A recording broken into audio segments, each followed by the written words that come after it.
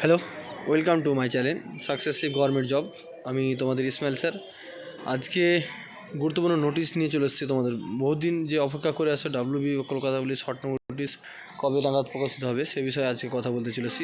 একদম vital point. একদম তোমরা জানো, তোমাদের একটা ডেট বলেছিলাম যে আমাদের যে ভিডিওটা অবশ্যই যারা দেখেছো তারা অবশ্যই জানো যে অবশ্যই একটা ডেট বলেছেন। হ্যাঁ, অবশ্যই সেই ডেটটা একদম সেই ডেটই তোমাদের শর্ট নোটিশ কিন্তু প্রকাশিত চলেছে।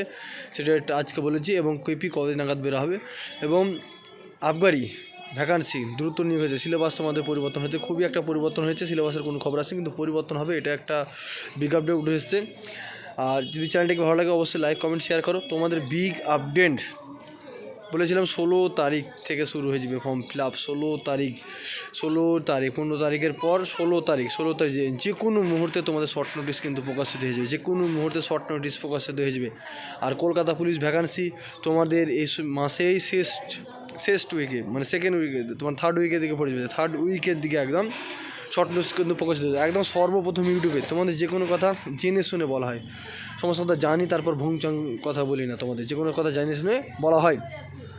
তোমরা কিন্তু প্রিপারেশন চালিয়ে দাও। প্রিপারেশন না চালিয়ে কিন্তু যে এখন দিন দিন বুঝতেই পারছো যে হারে লিক হচ্ছে কোশ্চেন বা কাট অফ মার্ক বেড়েছে দিন দিন।